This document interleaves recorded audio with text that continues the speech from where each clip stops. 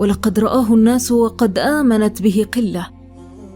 ومع هذا وبرغم قلة عددهم فقد كان يجد فيهم إيناسا وصحبة، بيد أن قريشا قررت أن تتولى كل قبيلة تأديب المؤمنين منها. وفجأة نزل العذاب كالعاصفة المجنونة بالمسلمين جميعا، ولم يترك المشركون جريمة إلا اقترفوها. وهنا تقع المفاجأة التي لم تكن في الحسبان، إن محمدا يأمر جميع المسلمين بالهجرة إلى الحبشة، وسيبقى هو وحده يواجه العدوان. لماذا لا يهاجر ويبلغ كلمة الله في مكان آخر؟ فالله رب العالمين وليس رب قريش وحدها. أو لماذا لا يبقيهم إلى جواره؟ فإن في بقائهم نفعا مؤكدا، فوجودهم في مكة رغم قلتهم يغري غيرهم بالدخول في دين الله. ثم إن من بينهم عددا غير قليل من أعلى أسر قريش وأكثرها قوة وبأسا. فهناك مثلا من بني أمية عثمان بن عفان، وعمرو بن سعيد بن العاص، وخالد بن سعيد بن العاص. وهناك من بني أسد الزبير بن العوام، والأسود بن نوفل، ويزيد بن زمعة، وعمرو بن أمية. وهناك من بني زهرة عبد الرحمن بن عوف، وعامر بن أبي وقاص، ومالك بن أهيب، والمطلب بن أزهر. هناك هؤلاء وسواهم ممن لن تصبر عائلاتهم طويلا على اضطهادهم وإنزال الأذى بهم. فلماذا لا يبقيهم الرسول صلى الله عليه وسلم بجانبه ليشدوا أزره وليكونوا مناط قوة ممكنة في يده؟ هنا تومض عظمة محمد رسول الله صلى الله عليه وسلم، فهو لا يريد فتنة ولا يريد حربا أهلية، ولو كان فيها احتمال نصره بل اليقين من نصره. وهنا تتجلى إنسانيته ورحمته، فهو لا يطيق أن يرى الناس يعذبون بسببه، مع علمه وإيمانه بأن التضحية ضريبة كل جهاد نبيل ودعوة عظيمة، فلتبذل التضحية حين لا يكون ثمة مفر من بذلها. أما الآن وهناك إلى توقي العذاب سبيل، فليذهب المسلمون إلى هذا السبيل. ولماذا لا يذهب هو معهم؟ إنه لم يؤمر بالرحيل، إن مكانه هنا في أرض الأصنام، وسيظل يهتف باسم الله الأحد، وسيظل يتلقى العذاب والأذى دون ما ضجر ولا جزع، ما دام هو الذي يؤذى وليس أولئك الضعفاء الذين آمنوا به واتبعوه، بل ولا أولئك الأشراف الذين آمنوا به واتبعوه كذلك. ومن كان يعرف من صور الثبات ونبل الفداء نظيرا لهذا فليأتنا به، إنه سمو لا يقدر عليه إلا أولو العزم من المرسلين والمختارين. إن الإنسان والرسول التقيا في محمد صلى الله عليه وسلم لقاء وثيقا باهرا، والذين استرابوا في رسالته لم يستريبوا في عظمته ولا في صفاء جوهره ونقاء إنسانيته.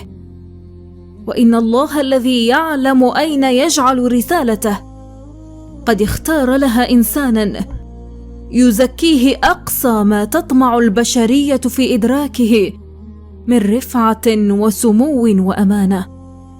لقد سمعه الناس ورأوه يزجرهم عن كل مبالغة في تعظيم شخصه، بل وعما هو دون المبالغة بكثير وكثير. إنه لا يزجرهم عن مجرد القيام له حين يقدم عليهم وهم جلوس، فيقول لهم: لا تقوم كما تقوم الأعاجم، يعظم بعضهم بعضا. وتلم ظاهرة الكسوف بالشمس يوم وفاة ولده الحبيب إبراهيم، فيتحدث المسلمون بأنها كسفت حزنا على إبراهيم، فيسارع الرسول الأمين العظيم إلى تفنيد هذا الادعاء ودحضه قبل أن يتحول إلى أسطورة، ويقف في المسلمين خطيبا ويقول: إن الشمس والقمر آيتان من آيات الله، لا ينخسفان لموت أحد ولا لحياته، إنه الأمين على عقول الناس وتفكيرهم، وقيامه بحق هذه الأمانة خير عنده وآثر لديه من ملء الأرض مجدا وتمجيدا. ولقد كان عليه الصلاة والسلام يعلم علم اليقين أنه جاء الحياة الإنسانية ليغيرها، وأنه ليس رسولا إلى قريش وحدها ولا إلى العرب وحدهم، بل رسول الله إلى الناس كافة. وقد فتح الله سبحانه بصيرته على المدى البعيد الذي ستبلغه دعوته وتخفق عنده رايته، ورأى رأي اليقين مستقبل الدين الذي بشر به والخلود الحي الذي سيكون له إلى أن يرث الله الأرض ومن عليها. ورغم ذلك كله لم ير في نفسه ولا في دينه ولا في نجاحه الذي لن تشهد الأرض له مثيلا أكثر من لبنة في البناء. ووقف الإنسان العظيم يعلن هذا في أوضح بيان فيقول: مثلي ومثل الأنبياء قبلي كمثل رجل بنى بيتا فأحسنه وأجمله، إلا موضع لبنة في زاوية من زواياه، فجعل الناس يطوفون به ويعجبون له ويقولون: هلا وضعت هذه اللبنة؟ فأنا تلك اللبنة، وأنا خاتم النبيين. كل هذه الحياة التي عاشها، كل جهاده وبطولاته، كل عظمته وطهره، كل هذا الفوز الذي حققه دينه في حياته، والفوز الذي كان يعلم أنه سيبلغه بعد مماته، كل ذلك وليس إلا لبنة واحدة في بناء شاهق عريق، وهو الذي يعلن هذا ويقوله ويصر على توكيده، ثم هو لا ينتحل بهذا القول تواضعا يغذي به جوعا إلى العظمة في نفسه، بل هو يؤكد هذا الموقف باعتباره حقيقة تشكل مسؤولية تبليغها وإعلانها جزءا من جوهر رسالته. ذلك أن التواضع، على الرغم من أنه خلق من أخلاق محمد الأصيلة، لم يكن الدليل الذي يدل على عظمته ويشير إليها، فإن عظمة الرسول صلى الله عليه وسلم بلغت من التفوق والأصالة ما جعلها آية نفسها وبرهان ذاتها. هذا هو معلم البشر وخاتم الأنبياء، هذا هو النور الذي رآه الناس وهو يحيا بينهم بشرا، ثم رآه العالم بعد رحيله عن الدنيا حقيقة وذكرا.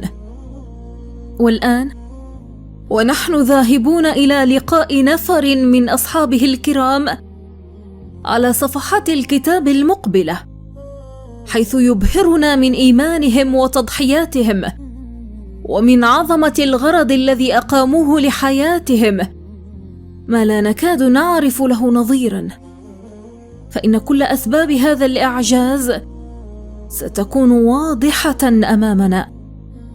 هذه الأسباب التي لم تكن شيئا سوى النور الذي اتبعوه، سوى محمد رسول الله صلى الله عليه وسلم، الذي جمع الله له من رؤية الحق ورفعة النفس ما شرفت به الحياة وأضاءت به مقادير الإنسان.